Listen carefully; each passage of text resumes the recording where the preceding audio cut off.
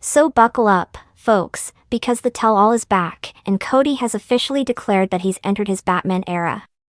Yes, Batman, capes, emotional scars, moody lighting, the works. But let's be honest. Kody's version? More costume party than comic book. Let's rewind. Once upon a time, Kody was cast as the misunderstood hero of a unique family. When Sister Wives first aired, he and his family were seen as the gentle, modern face of plural marriage. They made the rounds on talk shows, shared their story with America, and for a hot minute, he really was seen as a kind of suburban sitcom dad, albeit with a bigger-than-average family tree. TLC practically handed him a metaphorical sweater and told him to warm up polygamy's public image. And at first, people were on board. But fast forward to now? That storyline's taken a darker turn, and Kody is leaning into the misunderstood vigilante narrative hard. In the tell-all, he drops a cinematic mic with his Batman quote. "You either die a hero or live long enough to see yourself become the villain." Deep, right? Maybe. But Kody, quoting Batman doesn't automatically give you depth. If that worked, every kid in a cape at Target would be running a functioning multi-home household. To be fair, Kody once genuinely believed he was the hero. So did some viewers. But now, he seems to think the reason people have turned on him is just time. Overexposure. The price of staying visible too long. Let's unpack that. According to Kody, it's not the crumbling relationships, the 4 fractured marriages, the emotional fallout, or the frequent conflicts. No, he says the audience simply got tired of him, like he's a phone update that nobody wanted but got anyway. But here's the reality, heroes don't disappear when things get hard. Batman didn't ghost Gotham because someone criticized his rooftop landings. He stayed. He fought for something bigger than himself.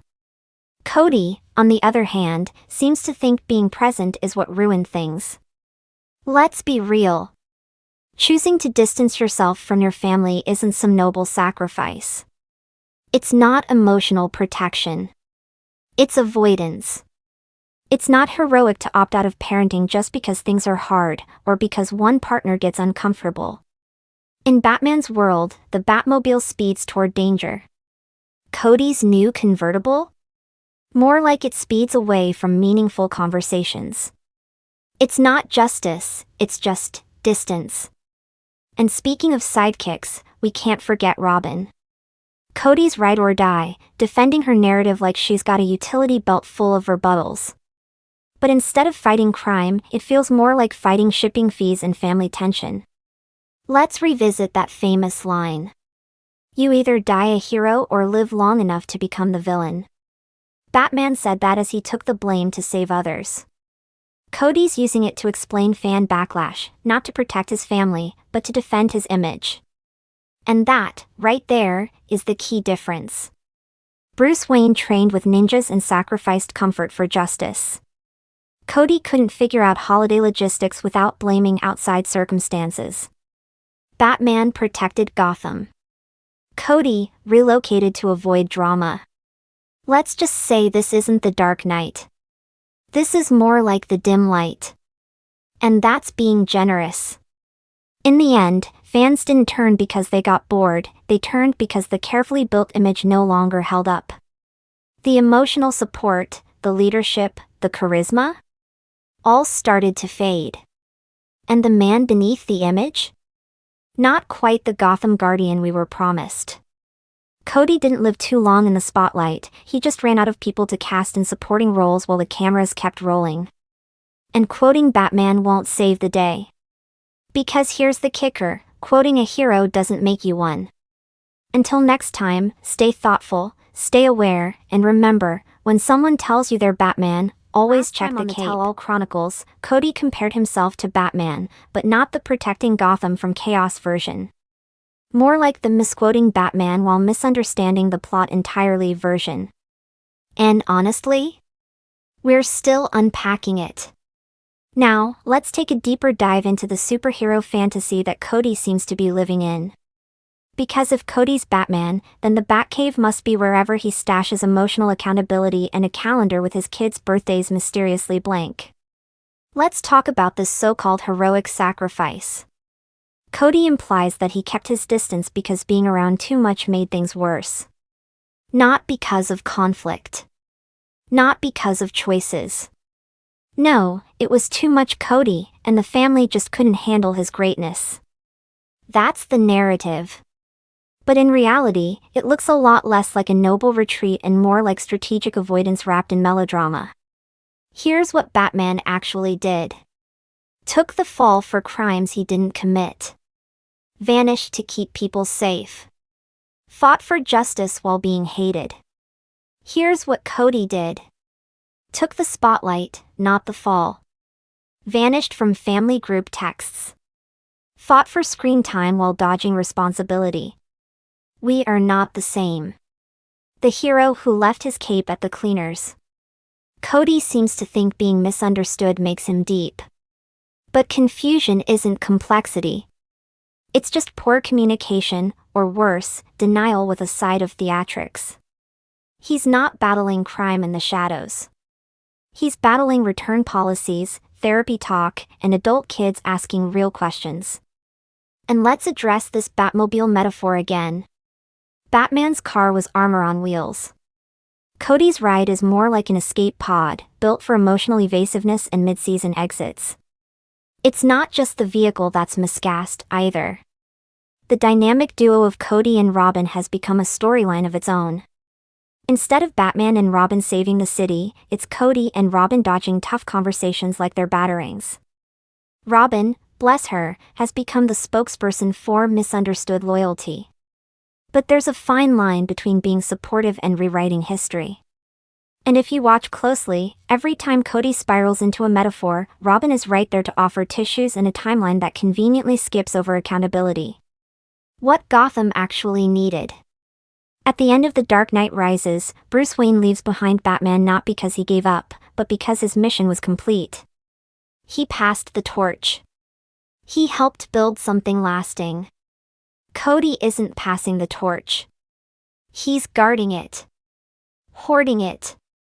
Blaming the crowd for not clapping loud enough while everything around him falls apart. This isn't the end of a hero's journey.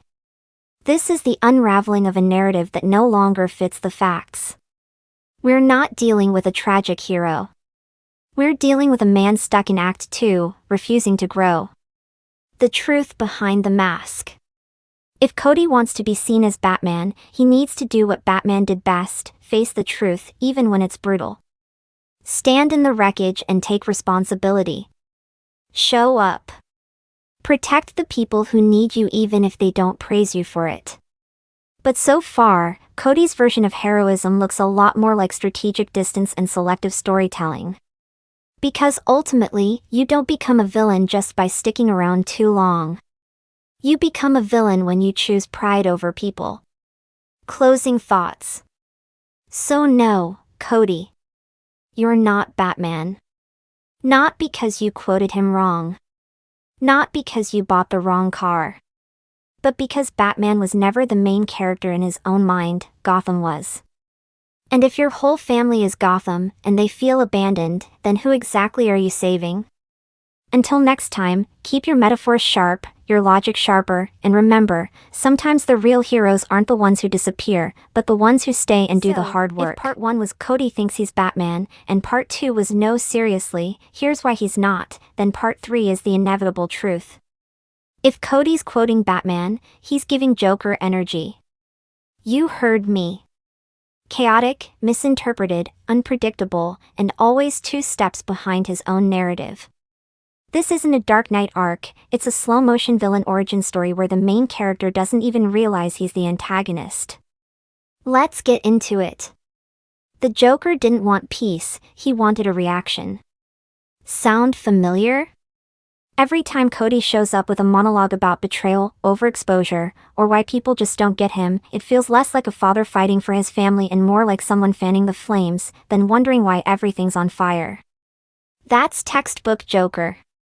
He's not there to bring peace.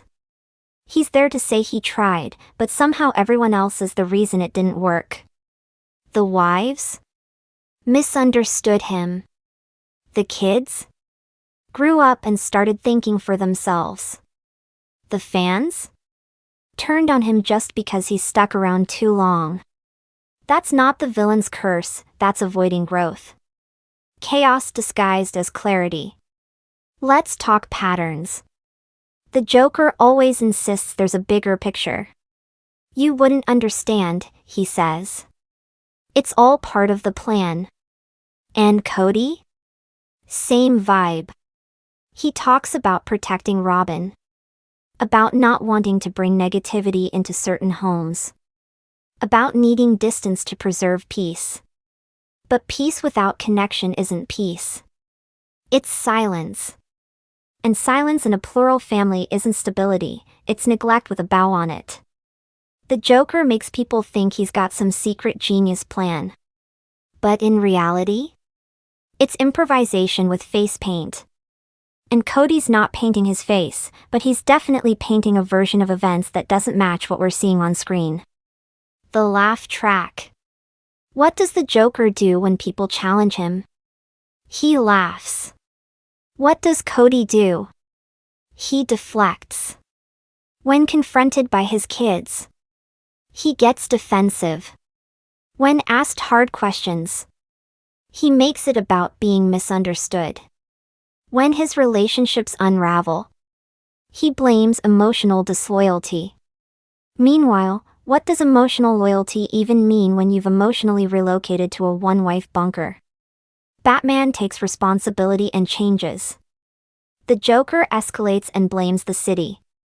The only joke left. Let's revisit that Batmobile for the final time. It's no longer just a getaway car, it's a symbol now. A symbol of how fast Kody moves away from discomfort. Every time things get too real, the metaphorical engine revs up. He's not visiting Gotham. He's circling the block, waiting for someone to wave a white flag so he can re-enter without doing any of the repair work. In Batman lore, Gotham eventually wakes up and realizes who the real enemy is. It's not always the loudest villain. Sometimes it's the one who insists they're the hero while everyone else suffers in silence. So, no, Kody isn't Batman. And if he's not careful, he's not even the Joker. He's the cautionary tale. Final word, when the mask doesn't fit. The difference between Batman and the Joker isn't the costume, it's the intent.